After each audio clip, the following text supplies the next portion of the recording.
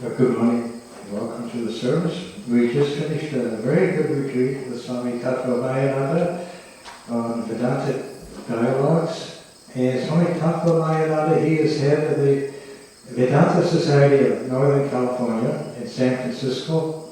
This is one of the two centers founded directly by Swami Vivekananda himself, and a very significant, prestigious center in the United States.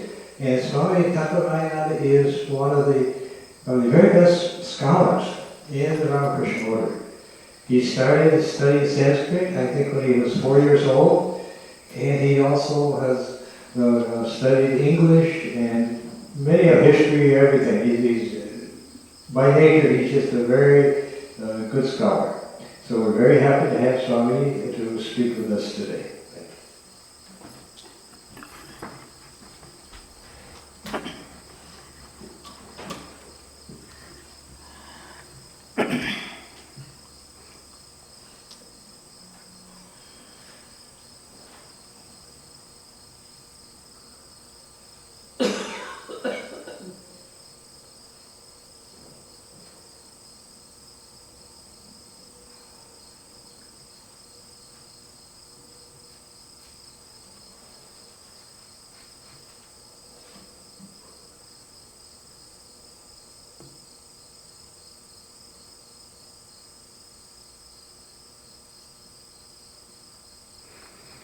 Thank you, Vivekananda-ji, for that introduction. Now, surprisingly, when I first came, when I saw the flyer, yesterday rather, the subject given is the rise above fear. Now, what do we mean by fear? If it is fear at the physical level, we are afraid of sickness. If you are afraid of wild animals, if you are afraid of robbers and thieves, the solution is not so very difficult. All physical problems have solution at the physical level. But there is such a thing as the problems of abundance, as they call. Suppose, as I was mentioning yesterday in informal conversation, you have got everything going fine in your favor.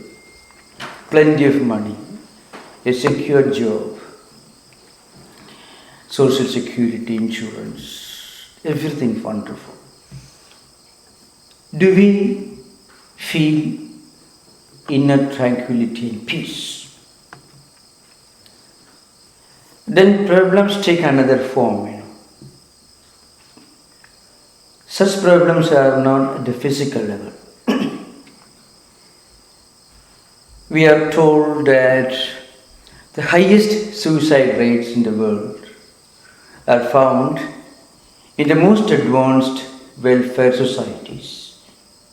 America is not one of them, in fact, because America is a huge country with complex problems, so very well, though quite advanced, but still in smaller countries like Sweden, Switzerland, Holland,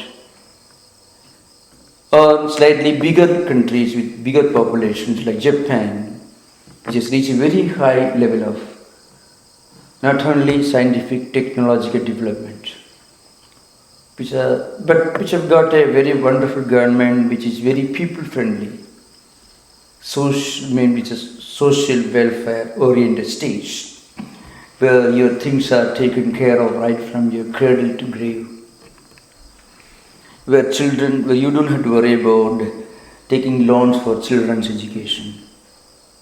You don't have to worry about treatment if you are financially poor. Everything is taken care of by the state. Those nations have got the highest suicide rates. The highest, in terms of population, the highest levels of anxiety, depression. The question arises, is everything is fine, then what do we live for? Then is there something that we should strive for? human beings have nothing to live for, nothing to aim at, nothing to achieve, nothing before him as a goal. It's a tremendous problem. It's a much worse problem than people are facing in Ethiopia and Libya, or today's Afghanistan, Turkey, Syria, all these war-torn countries. But they are running away. Of course, there are problems: poverty, starvation, fear of physical death, where the problem is quite visible. But what about those countries where there are no such problems apparently, but there's a huge problem, and the problem is absence of problems. Absence of problems at the physical level creates a big problem at another level, which is very difficult to confront because it is invisible, but strongly, intensely felt. So suddenly one day you have got a huge bank balance, you have got everything going on fine, and you commit suicide. Nothing to live for. This is one kind of fear that the modern world is facing. Of course, there are other types of fears, of course, at other levels. Now, one important solution to many of these problems is found in the Vedantic tradition, and also it's found in the Buddha tradition, Yoga, Vedanta, and so on. The idea is that life is not a single opportunity.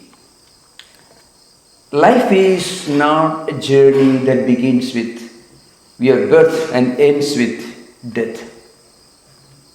Life doesn't begin with coming into this world as a baby and disappearing through the tube at the crematorium, finally ending with a piece of stone in the cemetery, where you go and place some flowers every year. That is not the end of life. That is only the end of physical existence, physical journey. So the question as to whether something remains after death, whether the death is the end of everything, or whether it is only a comma, not a full stop, whether something remains after death or not. This question is so profoundly discussed in the Vedantic literature, which I briefly referred to in the opening session of this retreat, when I was trying to discuss the three bones elaborated in the Kathopanishad. I shall come back to the subject, which is, in a way, it gives you a picture of the human evolution of human aspirations, not a physical evolution. Because evolution at a physical level has come to an end.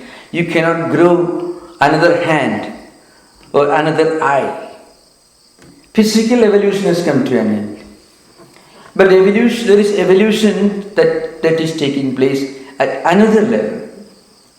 Even after physical evolution has come to an end, another kind of evolution is continuing. Evolution at the level of culture, civilization, and broadly speaking, spirituality. So that's the picture you get from the Kathopanishad. I shall try to put that particular episode in the light of human evolution of human aspirations. So I mentioned in the inaugural session, the story is found in the Kathopanishad. A small boy, Nachiketa, one day he watched, and he found his father was performing a very elaborate Vedic ceremony, a ritual. The name of the ritual was Vachapeya, one kind of elaborate ritual. And then the most important part of that ritual was giving up of all that you possess. Sarvasudanam, that is the meaning of it. Means where you have to give up all that you possess. So sarvasum in the literal sense means all that you possess. So the father was distributing cows, which was the wealth of those days. Instead of giving away, making gift of useful cows, he was giving away old cows, which cannot give you milk, which may eat plenty of grass and give you occasional kicks also, but absolutely nothing by way of benefits, no milk, nothing. So the little boy was watching and he knew that his father was doing something wrong. And the boy had read one Vedic mantra according to which Sarvasum means an intelligent son or a daughter who is a guarantee the lineage of the family will continue. So the father had only one son. His name was Nachiketa. So he went to his father and asked him, "To whom are you going to give me?" The logical explanation is Sarvasu means the most precious thing that you have got. Not necessarily the money or the wealth, the most precious thing. And you have to give up what you consider yourself to be the most precious thing for you. Then only it becomes a gift. If you give away what you don't yourself require, it is not a gift. If you give up what you yourself value the most, it is the real gift. So Sarvaswam in Sanskrit means the most precious gift of a father. And what is the most precious gift? An intelligent son or a daughter. He will continue the lineage of the family. That's the most precious wealth. So this little boy approaches his father and he asks this question, Kasmai mam dasyasi iti. To whom are you going to give me?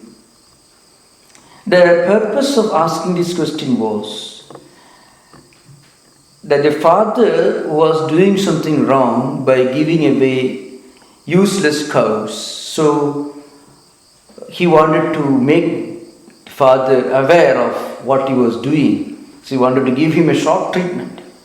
So the father did not listen, he rather ignored the little boy's question. Tudiyam tudiyam saho vaja kasmai mam dasasidi. That's what the Upanishad says. He asked twice or three times, repeatedly, to whom are you going to give me? The father was annoyed. So he looked about and said, Muttive tvam dadami iti. I am going to give you to the Lord of Death. Now, maybe he was very much annoyed, the old man, the father. So he didn't really mean to say that I am going to give a gift of you to the Lord of Death. He just wanted to dismiss the boy. Now, Vivekananda considers this Upanishad as the most important Upanishad for the simple reason that Nachiketa embodies many of the spiritual values which signify the process of evolution after the physical evolution is completed. Swamiji calls the value Shraddha. Shraddha is a Sanskrit word which cannot be translated fully in a single word. If you can put together words like integrity, honesty, sincerity, truthfulness, earnestness, then all these, if you put together, can roughly be equivalent to what the word Shraddha really implies in Sanskrit. So Nachiketa had a Shraddha. If you have got that integrity of mind, you are able to discern and see through what is right and what is wrong. and mentally reject what is wrong and uphold what is right. And Nachiketa had this rare quality. That's why Vivekananda says, Kathopanishad is the most precious spiritual wealth of Vedanta tradition. Though there are much bigger Upanishads which are supposedly much more profound, which expound Vedanta philosophy in much more elaborate way. But Kathopanishad is the story of a dialogue between the little boy Nachiketa, who was the embodiment of all the great spiritual qualities implied by the word Shraddha. So the Upanishad says Shraddha Vivesha. If you become honest, if you have Shraddha, that's one thing. But if Shraddha possesses you, that is something else. If you have Shraddha, that is fine. But if Shraddha catches you, that is something higher. So what happens to this boy when he becomes so earnest, so sincere? When he has so much of Shraddha, integrity, honesty, sincerity? He did not stop there. He left his home and went in search of the Lord of Death, Yama. Because he thought it is his duty as an obedient son to make sure that his father's words never go in vain. So he wanted to make his father's promise come true by voluntarily going in search of the Lord of Death. He went to the Lord of Death and he was away. But Nachiketa, again, that is what happens, When you have Shraddha, you start something, you don't stop there. What I want to drive home is the only ultimate solution to the problem of fear, the problem of anxiety, the problem of depression, all these which are different manifestations rooted in fear. The only ultimate solution is to try to imbibe this spiritual quality called Shraddha. Because that gives us the ability to look upon life from a different perspective. This life is only one insignificant stage in the totality of our existence. On the other hand, if you think that this life is the only thing you have got, God gives you only one chance. If you fail, you will end up in eternal hellfire, in hell. Otherwise, you will go to heaven. So let us be very careful. So that gives you a lot of anxiety. If you visit old age homes, I was mentioning in informal conversations. If you visit old age homes, people who are 80 years old, some of them are very unhappy because their driving license are taken away by the staff of the old age homes. Even they are 90 years old, they want to drive. But they know very well that driving will be disastrous. So they want to drive. So old people do not have the ability to say no and spend the rest of their lifetime in contemplation, in preparing for higher evolution by generating spiritual wealth in the form of spiritual samskaras that will help them to continue the spiritual journey in next life from where they have left in this life. Because they think life is only one chance. So you have to do all the driving in this life. So 90-year-old people living in old age homes fight with the wardens and the staff, the members of the old age homes, because they want to get back the driving license as they walk, they want to drive in the freeway. This happened in some places in California, that's why I'm referring to. So if you go to old age homes, people just want to escape from time. They don't want to face, they want to escape. I was mentioning, I visited one old age home, 85, 90-year-old people, whole face blank, totally blank, watching Terminator 1, Terminator 2, Terminator 3, thrillers. It's not that they're enjoying those movies, but they want to escape from something. They're trying to run away from something. They are not trying to run towards something. They're only trying to run away from something else. It is a flight, a helpless flight from the torture of realities. What is the reality? You have become physically old. That means everything is gone. So depression, fear, all this emerging in your mental horizon. So you want to run away. I mean, every time, instead of facing the problem, they are trying to run away from the problem. And the problem is very simple. The problem is you have become old. So naturally, the young generation won't care for old people. When you become old, you are considered to be irrelevant. You are relevant only when you are young. Such a life is real misery. It is all rooted in one central principle which is common in all Abrahamic traditions. That is, life is only one chance. Life means you begin your life when you are born, and when you die everything is over. One chance, that's all. Now Vedanta says no. Life doesn't end with death. Death is only a transition point. See, when you go from here to San Francisco, you have to change your plane, maybe Denver.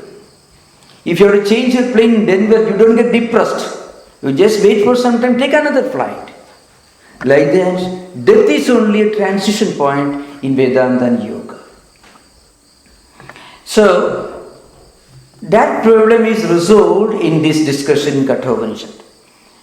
So, when Yama found a little boy was waiting for him for 3 days, he asked him, you can ask for 3 boons in compensation for the 3 days that you waited for me in my place. Without food. Anasnan annan abhi namasyaka. Anas means he didn't take food. Tisro vasi yadavasi grihe me anasnan brahman adhir namasya. That is what Yama said. You waited in my home for 3 days without eating food. And you are a guest, a respectable, honorable guest.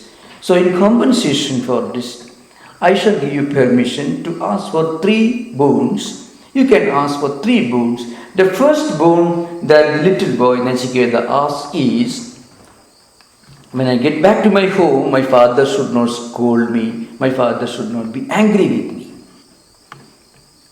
Which is natural for every child. And what is the first aspiration for every human being? The first aspiration at the grossest level for all human beings is, we want to have a good home, enough money to sustain all that we need in this world, a good job, social security, all this. This is what we normally look for. That's the first level of human aspiration for every human being. And we share the character of the animal kingdom in this matter. They also want the same. We also want the same. Shelter, protection, food, everything.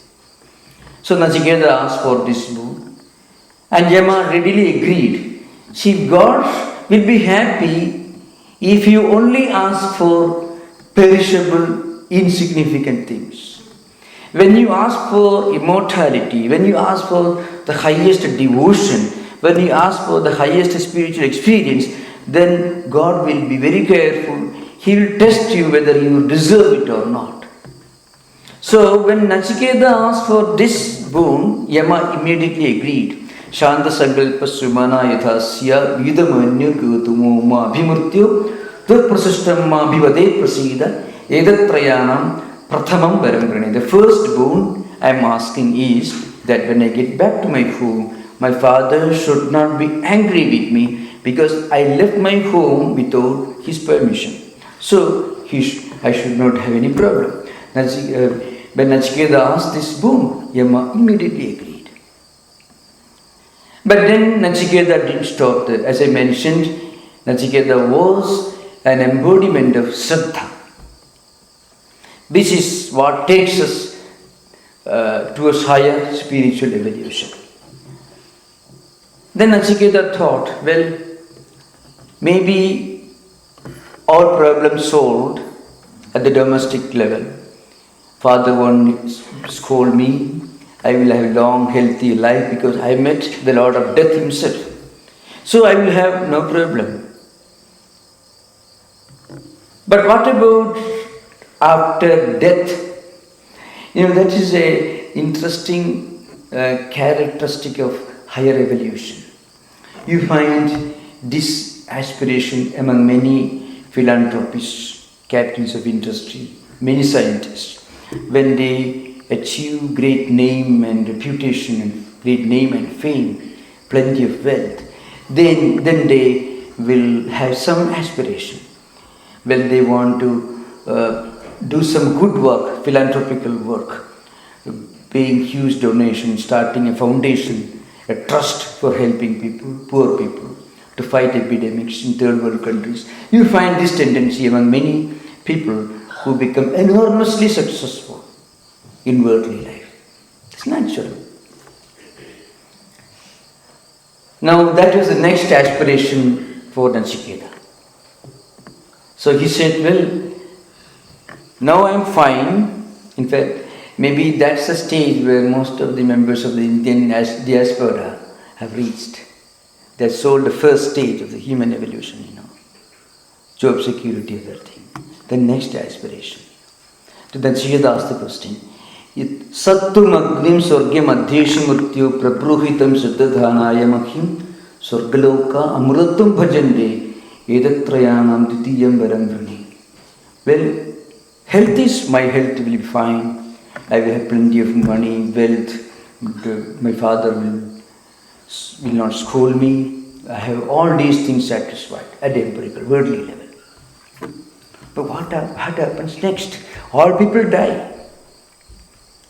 There's a mystery, One of the greatest mysteries according to Mahabharata is, everyone in this world knows that human beings, are not immortal at the physical level. Because we all die. Insects die, so also human beings die. We all know. But then, if you always remember death, then it becomes a fear. Because death, according to, death at the physical level is something scary. Vedanta tells you death is not something scary. Death is only a transition point.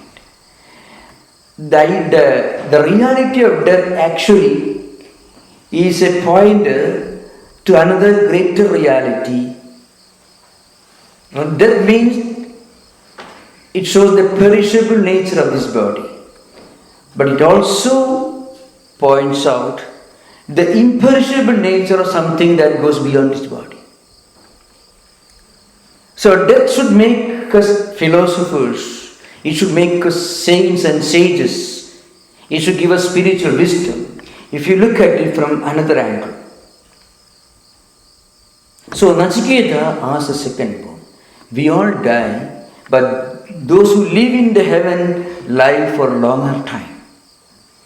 So I want to live in heaven for a long time. Nachiketa had not fully evolved.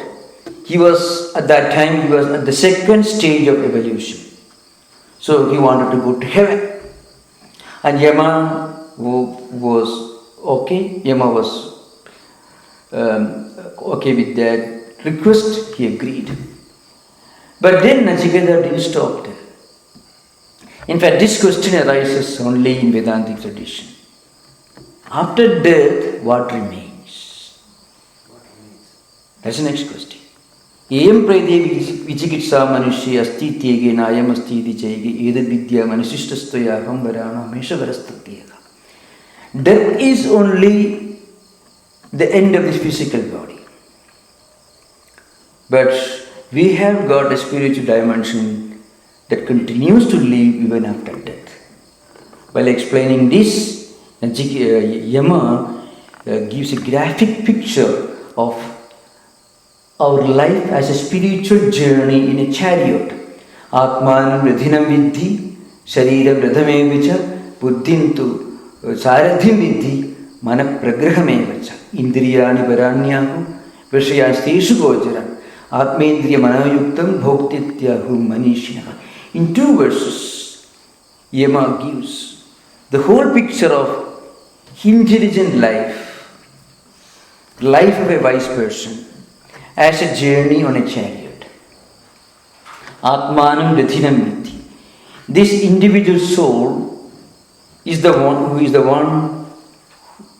owner of this chariot.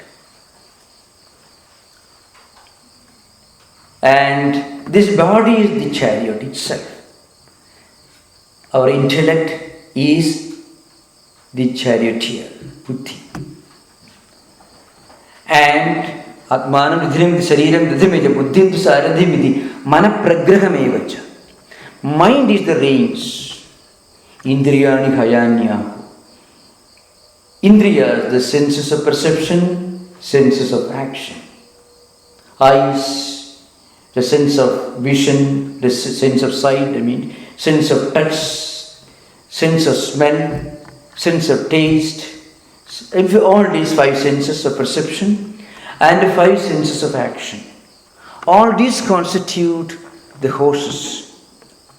If you do not control the horses properly, then you not only won't reach your destination, but you may fall over the precipice and you may end up with a broken neck in the Kaiser hospital. So the only way out is you should be intelligent enough to be able to control the horses with a disciplined mind. So the horses should be within the control of the mind. The mind should be within the control of the intellect. The intellect should be linked to the Atman. Because our intellect by itself is not always in a state of stability, nor our mind. Mind sometimes become happy, sometimes become unhappy.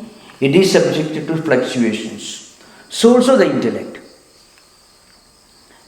So the only way to stabilize the mind, to enjoy equanimity of mind, inner tranquility is, this mind should be linked to Atman.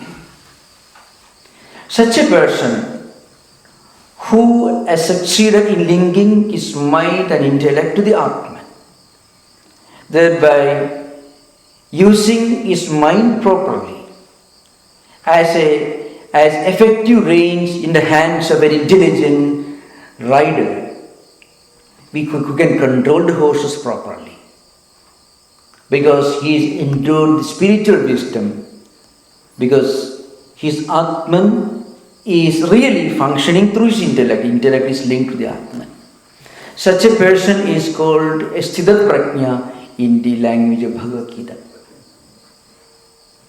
Now, this change, this intelligent way of leading a life could happen at any stage of our life. I was mentioning the retreat. Somebody asked this question. And in answer to this question, Lord Krishna gives a promise. Pathanaiveha namutra vinasastasya buddhite nahi kalyana kutkaschi durgadim tata gacchati. Even if we cannot do tremendous spiritual practices, if we try to give the natural spontaneous actions of our senses and mind a spiritual orientation, that spiritual orientation will generate a tremendous spiritual capital And we need not worry about anything, we need not be anxious about anything. It's like you put a lot of money in the bank, you get a checkbook, you can draw your check anytime you want.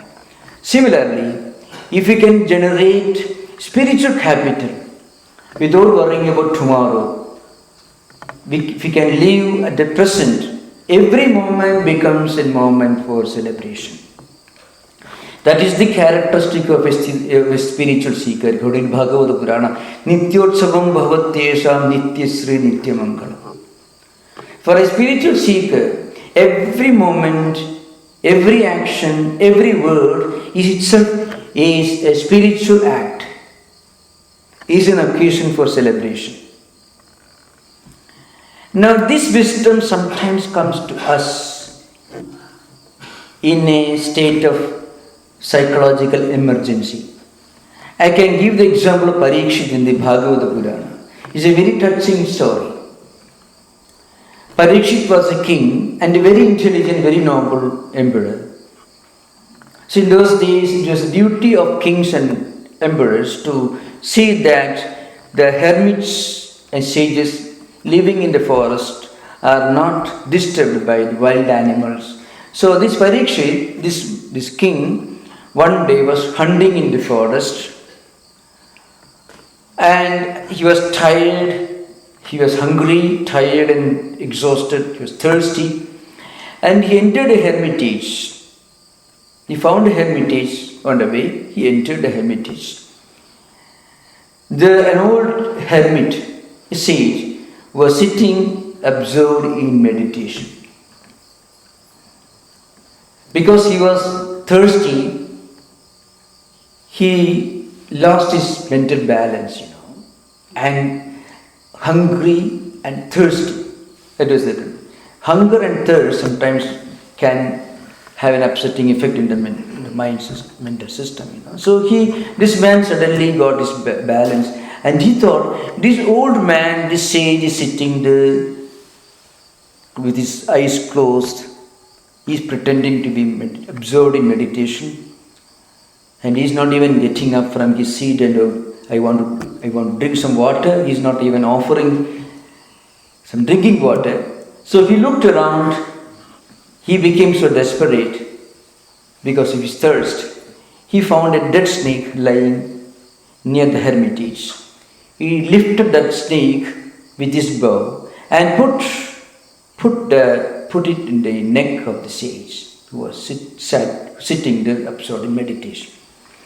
He did that in a very unguarded moment. Normally, he would not have done it. He was known as a great wise man, a sage. But because of his exhaustion, his thirst and hunger, he lost his balance and did this heinous sinful act. After some time, the sage's son returned. They were all Vanaprasthins. Those were retired old people living in forest, teaching people Vedas. That's the Vanaprastha, the third stage in the life of an household. So he had become old, and husband and wife had taken to contemplative life in a forest, teaching other little boys around, starting a hermitage. So his son, who was little away, the sage's name was Shamika and the son's name was Sinki. So the little boy was far away playing with other children. So he came to know a stranger had entered his father's hermitage and put a dead snake on his neck, a stinking dead snake. So he rushed back and he found a dead snake on his father's neck. He got terribly angry. Who could have done this terrible thing? And he entered the river, took a few drops of water. He cursed, whoever may have done this sinful deed, he will die on the 7th day from now. That is the curse he put on the person who had committed this sinful deed, without knowing that it was Parikshit, the king, who had done it. After some time, the sage opened his eyes and he came to know what had happened. And he also came to know that his son had cursed the person who had done it. And the sage became very sad, very grief-stricken. The king was a noble man. Maybe in an unguarded moment he may have done such a thing, but he was known for his wisdom and his noble character. So he sent a messenger to the king, informing him that his son had put a curse on him. He will die on the 7th day from that moment. Now when Parikshit, the king, got this news, he did not become angry. He came to know that he had only 7 days to live. So what will he do? He gave up his kingdom. He was a wise man, because he knew that life was not something that ends with death.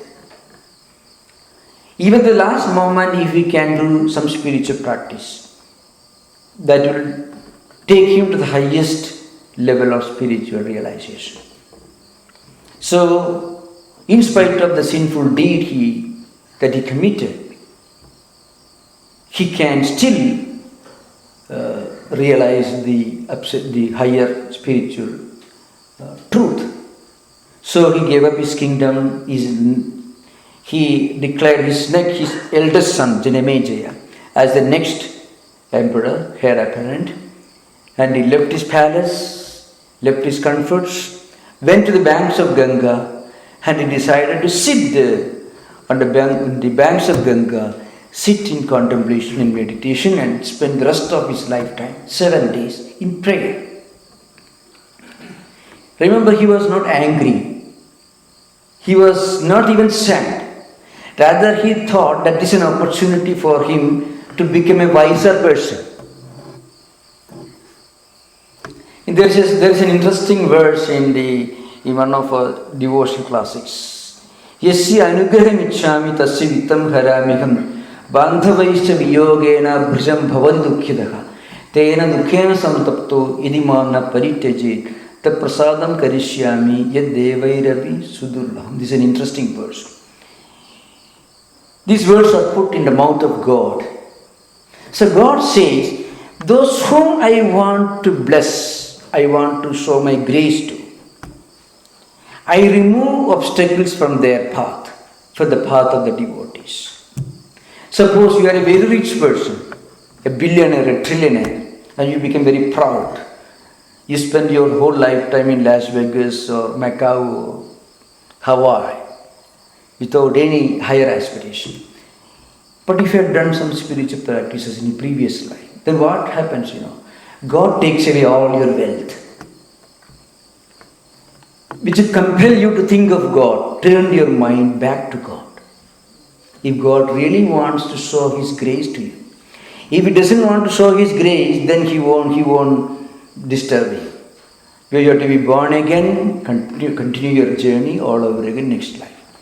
But if God wants to show His grace, yasya anugraham ichchami.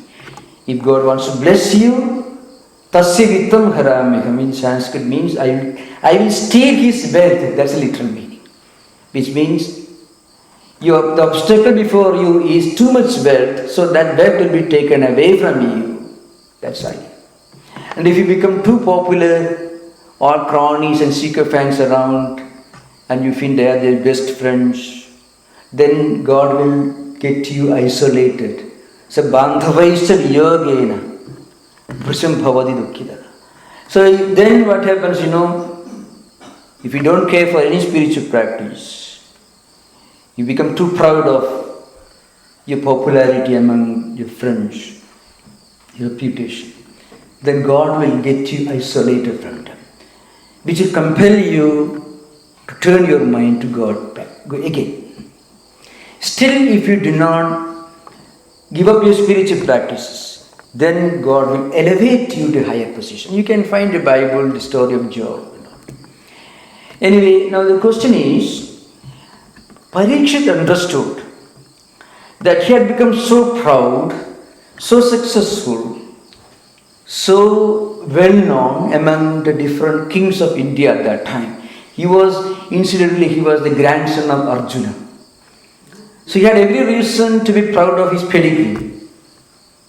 Enormously successful person. But he had become slightly maybe proud. That's why he took a dead snake on the neck of a great sage in an unguarded moment. A wise man, a wise person may commit some undesirable deeds in unguarded moments. But he had the wisdom. That's why he didn't get angry with the sage or his son who cursed him. Rather, he took that punishment as a blessing, as an opportunity to grow at a higher level of his spiritual evolution. And he went to in the banks of Ganga, sat there in meditation. So I shall finish within a few more minutes. Now when he reached the banks of Ganga, the news spread and large number of saints and sages assembled who wanted to meet this wonderful wise man, the king, who did not really get angry with somebody who cursed him, who rather thought as an opportunity to turn his mind to God, to spiritual practices. There was one among them, his name was Shuka. Shuka was the greatest and the most reputed sage of those times.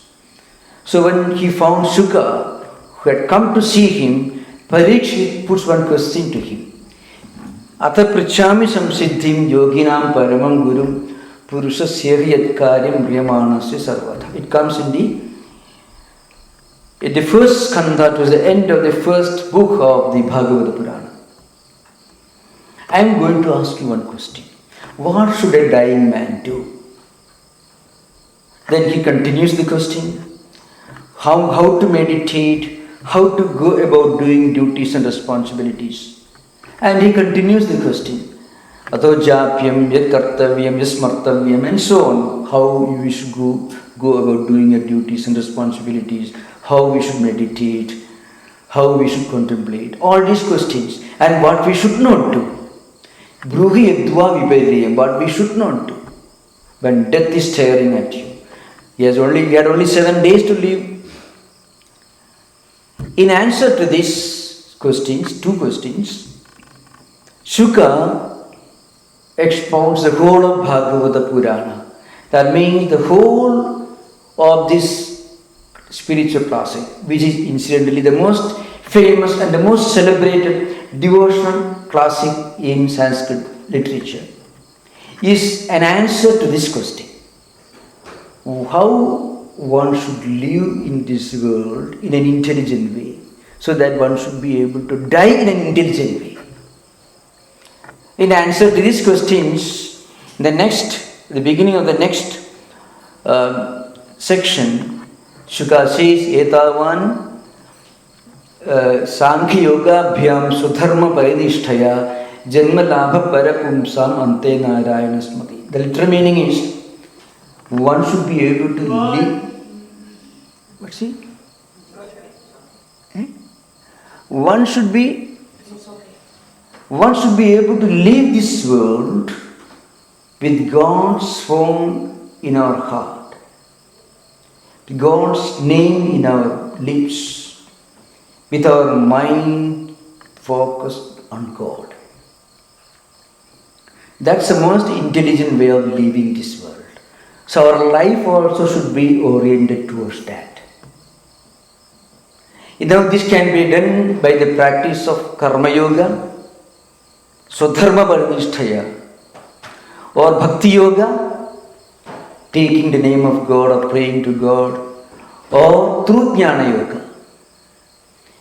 Whatever we do, whatever we speak, whatever we think, all can be given a spiritual orientation, so that every word becomes a sacred mantra.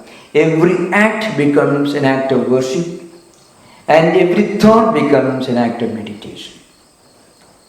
That's the most intelligent way of living this world. In the midst of all these empirical, impermanent, relative things around, one should be able to link his mind or her mind to this transcendental spiritual truth that will enable us to look at the relative and perceive the relative world as relative and not as the absolute. So even in the midst of everyday problems, we must be able to keep in our mind a higher transcendental spiritual goal to strive for that will help us to live our life in an intelligent way. Maybe that's the only solution to the problem of fear of modern times. As I said, the fear of modern age, not the fear at the physical level. It's the fear that is created by the vacuum, which is very natural in any highly advanced, scientifically, technologically obsessed society. And the only answer is a higher spiritual transcendental ideal. Even if you do not see it, if you can keep the ideal in mind, that itself will help us to move forward in the right direction and keep ourselves to the right track. So, thank you. Namaskar. Om Shanti Shanti Shanti. Hari Om Tat Sat. Sri Ram Krishna Arpanamastu.